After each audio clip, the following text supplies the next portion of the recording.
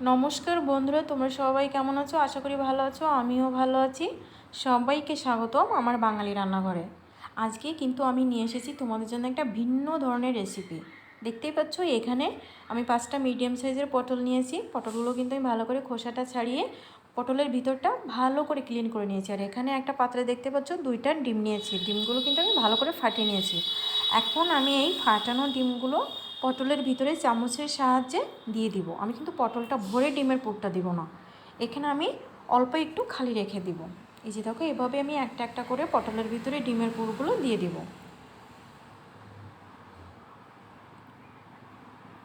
এগুলো দেওয়া হয়ে গেলে এখন কিন্তু আমি অন্য একটা পাত্র নিয়ে নেব চুলোতে। এবার পাত্রে আমি কিন্তু অল্প পরিমাণে জল দিয়ে দেব। আর পটলগুলো ছোট্ট একটা বাটিতে আমি কিন্তু এভাবে সাজিয়ে নিব। সাজিয়ে নিয়ে জলের ভিতরে বসিয়ে দিব। বন্ধুরা, এভাবে কিন্তু আমি রেখে 10 মিনিট পটলগুলো সিদ্ধ করে নেব। এই যে দেখো, ঢাকাটা দিয়ে নিব। 10 মিনিটই যথেষ্ট পটলগুলো ভালোভাবে সিদ্ধ হতে। এই যে দেখো, আমি 10 মিনিট পরে ফিরে এসেছি। দেখো বন্ধুরা, কত সুন্দর দেখাচ্ছে, তাই না? পটলের ভিতরে পুরগুলো কিন্তু ভরে একদম পটল ভরে গেছে। এই যে দেখো, এখন কিন্তু এখানে পটলগুলো ভেজে নেওয়ার জন্য আমি কড়াইটা বসিয়ে দিব। কড়াইটা বসিয়ে দিয়ে এখানে তেল দিয়ে নিব। তেল গরম হয়ে গেছে। এখন কিন্তু এখানে আমি এই যে দেখো একটা একটা করে পটলগুলো সব দিয়ে দিব। বন্ধুরা, এভাবে ডিমের সাথে পটলের দোরমা কিন্তু খেতে খুবই মজা। দেখো, এই যে পটলগুলো আমার সব দেওয়া হয়ে গেছে। এখানে কিন্তু আমি অল্প পরিমাণে হলুদ দিয়ে দিব। হলুদ দেওয়ার পরেই কিন্তু পটলগুলো হালকাভাবে নেড়ে চেড়ে নিতে হবে।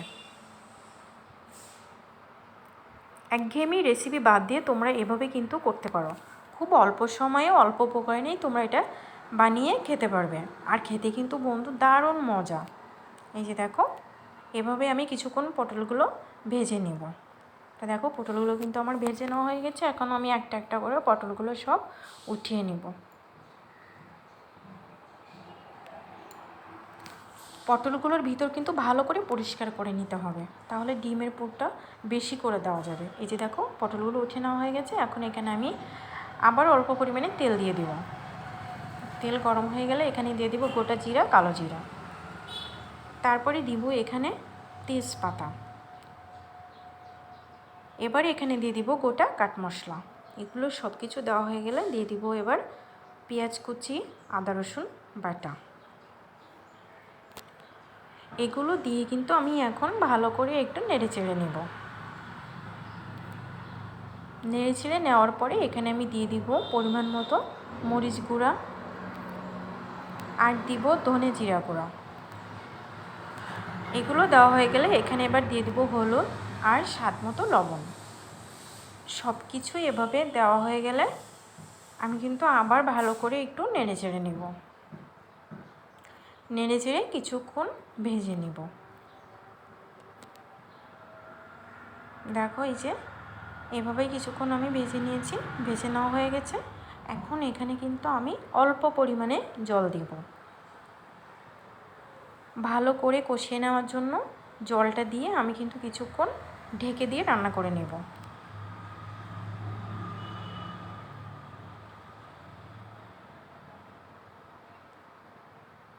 দেখো বন্ধুরা, এই যে আমি ঢেকে কিছুক্ষণ রান্না করে নিয়েছি। দেখো, মশলাটা কত সুন্দর কষানো হয়ে গেছে।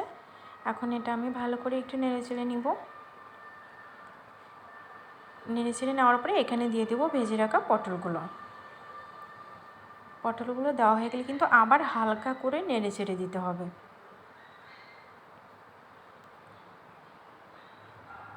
এই যে দেখো, আমি কিন্তু হালকাভাবে নেড়ে চেড়ে দিয়ে নিচ্ছি। দিয়ে এবার কিন্তু আমি ঢেকে কিছুক্ষণ রান্না করে নিব। দেখো কত সুন্দর দেখাচ্ছে, তাই না বন্ধুরা? এভাবে আমি আবার একটু নেড়ে চেড়ে নিব। পটলের ভিতরে যে পুরটা আছে না, জোরে নাড়লে হবে কি, পুরটা যদি বের হয়ে আসে, এই জন্য হালকা করে নেড়ে চেড়ে দিতে হবে। এই যে দেখো, এভাবে আমি কিছুক্ষণ রান্না করে নিব। নিয়ে কিন্তু এখানে ঝোলের জন্য পরিমাণ মতো জল দিব।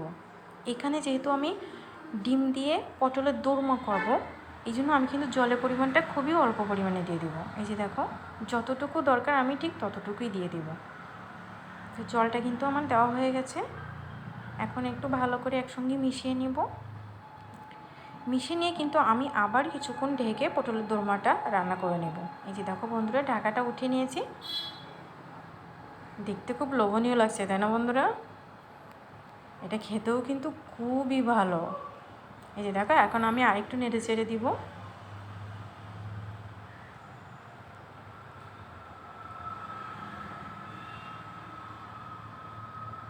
এভাবে কিছুক্ষণ পরপর নাড়তে হবে, মশলাটা যেন নিচে না লেগে যায়। এই দেখো, আমি কিন্তু কিছুক্ষণ পরপরই নেড়ে চেড়ে দিচ্ছি। এই দেখো, পটলের দোরমাটা কিন্তু আমার প্রায় কমপ্লিট।